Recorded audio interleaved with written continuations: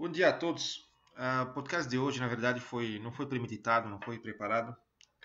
Hoje ia colocar no ar uma contribuição sobre um grande pensador afrodescendente, francês afrodescendente, o François Fanon.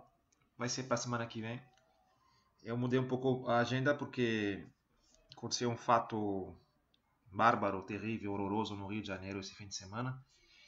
Uma estudante brasileira foi morta e queimada numa favela do Rio, na Zona Norte. Não importa o nome da favela, porque o que acontece na Zona Norte acontece também nas outras regiões da cidade, ou até do estado, até no Nordeste. Essa droga lá da violência, do tráfico de drogas se espalhou.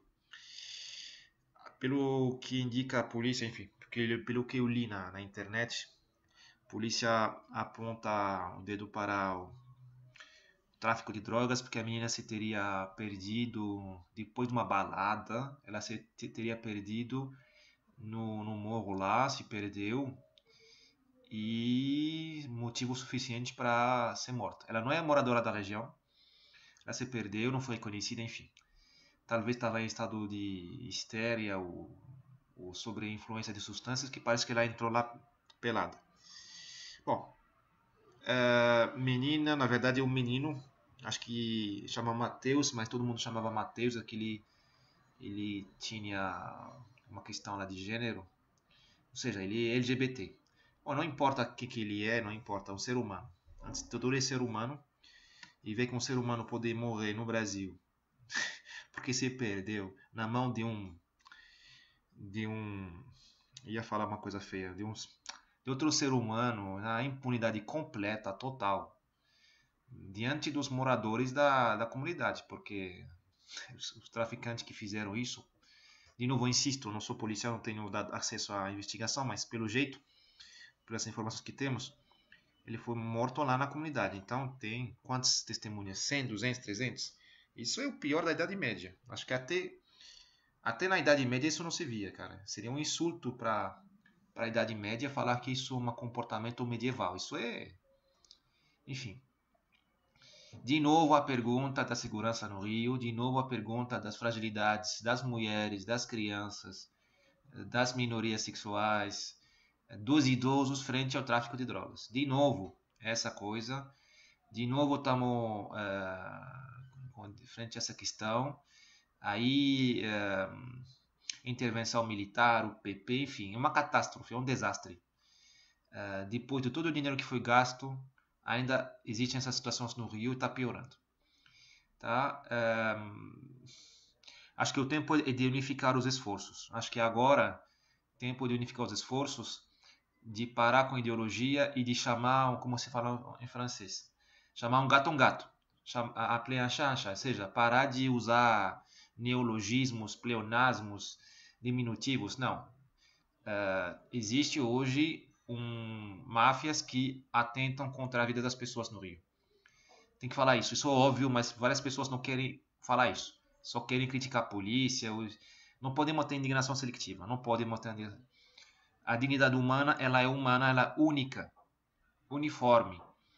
Quando você toma um tiro, não importa se vem da polícia, do traficante, da milícia, não, é um tiro. Qualquer abuso é abuso. Não importa quem te aplica aquele abuso. O que importa é a sua dignidade, sua vida. Entendeu? Então não podemos ter indignação seletiva, silenciar alguns crimes, repercutir a outros. Não, não podemos. Não podemos. O mínimo que a gente possa fazer é isso. É ter uma indignação justa, uniforme. Esse é o mínimo que possamos fazer. Um mínimo. Um mínimo. Paro por aqui. Estou muito indignado. Essa pessoa poderia ter sido minha filha, meu filho, minha irmã, meu irmão, enfim. É lamentável. De verdade é lamentável que a pacificação não deu certo. E todo mundo sabe porque não deu certo. Eu escrevi sobre isso. Várias pessoas escreveram sobre isso. Todo mundo sabe por que não deu certo. E não é pelos motivos que foram avançados por quem criticou a pacificação desde o início. Ela não deu certo porque o poder público não se unificou. Mandaram policiais mais ou menos preparados, mandaram eles para zonas onde não foi despachado o poder público sobre a forma da assistência social educativa. Ou seja, criaram bases de polícia em container, mas não criaram saúde pública, educação, assistência social, transporte, metrô, elevados, bonde, tramvia. O Estado não entrou, a prefeitura não colocou sucursal naquelas cidades. Que é o Alemão é uma cidade, 150 mil habitantes é uma cidade. O Rocinha é igual. Então continuou aquela dicotomia entre a favela e o asfalto, como eles chamam no Rio. E o Estado se limitou lá a UPP. Primeiro erro, tem que unificar o Estado, tem que mandar todo o Estado lá, todo, Receita Federal. Como que o cara pode continuar fazendo transporte ilegal, vendendo o camelô lá? Se o Estado não pegar os impostos, como ele vai reverter o dinheiro nas comunidades? Tem que mandar todo o Estado, tudo. Ministérios, mas sobretudo o que a componente local do Estado, que é prefeitura e governo. Investir lá, que o policial não é assistente social, ele não tem a solução. Ele é um catalisador, ele facilita a solução, mas a solução, a única solução para o problema das favelas, ela é político-administrativa. O que quer dizer? Político-administrativa, ela é política, os moradores têm que fazer política, cuidar da gestão dos próprios problemas, com líderes comunitários eleitos, não cooptados por X ou Y, eleitos dentro da vereador, ou seja, o líder comunitário tem que virar vereador, tem que entrar no sistema, porque o sistema, apesar de tudo, ele tem controle, ele tem direitos e deveres. Quando você paga o cara pelo dinheiro da prefeitura, você consegue controlar o cara, mais ou menos. Quando o cara ele recebe dinheiro por X ou Y, você não sabe a proveniência, a procedência do dinheiro. Então, político-administrativa. Os moradores têm que fazer política, serem representados, porque hoje eles estão calados de medo e deixaram a política com o traficante. Ele que manda, desmanda naquela região. Quem abre negócio, quem fecha negócio, quem abre linha de ônibus, quem não faz. E administrativo, porque para o cidadão colaborar com a polícia, ele tem que confiar. Tem que confiar na polícia, ou seja, a estrutura administrativa da polícia, o treinamento tem que ser reforçado, retreinado, mas também ele tem que confiar no Estado. Se o Estado não ajuda o cidadão, ele não vai falar com a polícia. Entendeu? Ele não vai. Aliás, a troca de informações, a famosa inteligência que todo mundo fala, ela não vem somente pela polícia. O cidadão pode falar na UPA, pode falar na saúde, pode falar na escola. Se colocar uma escola técnica lá, é uma formidável fonte de informações. O cara que vai fazer uma consulta médica lá, ele vai falar do que está acontecendo, das pessoas que estão lá, que estão entrando, e falar, esse cara não é do morro, ele vem de outra região.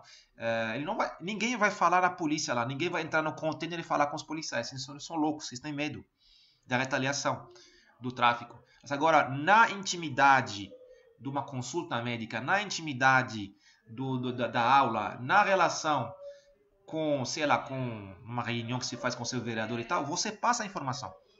Infelizmente, isso não foi pensado. Então, a solução é político-administrativa.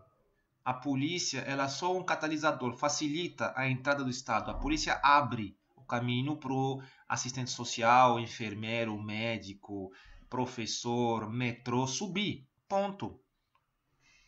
Entendeu? A polícia é um facilitador. A ação tem que ser político-administrativa. Quem deveria liderar a pacificação não é policial, é prefeito. Não é militar, é prefeito. Infelizmente, como os políticos e os funcionários públicos não fazem o trabalho deles, não se envolveram no Rio de Janeiro, a polícia e o exército fez o trabalho. Alguém tem que fazer, mas fez mal, que não podia dar certo. Não podia dar certo. Começou errado. Mas não começou errado porque o papel do exército não é trabalhar, não é entrar na favela. Não começou errado porque a polícia tem que ser desmilitarizada. Não. Começou errado porque não foi feita uma ação integral, coordenada, integrada, cujo foco é a eficiência político-administrativa. Porque o problema lá é que ninguém fala com a polícia. Eles estão com medo. Ninguém fala com o Estado, eles estão com medo. Eles vão receber uma ajuda, Bolsa Família, X ou Y, mas não vão falar. E quanto a população não falar com o Estado, não colaborar com ele, você nunca vai retirar o traficante. Você pode mandar o exército russo, não vai dar certo.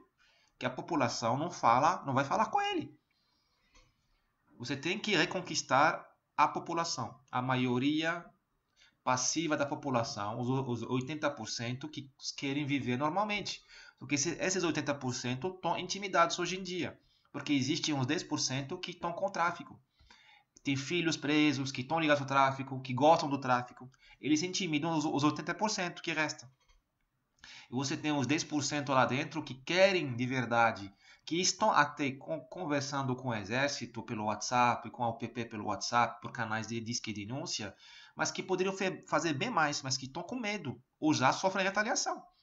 A gente não sabe porque a cobertura midiática é deficiente desses assuntos. Então é isso.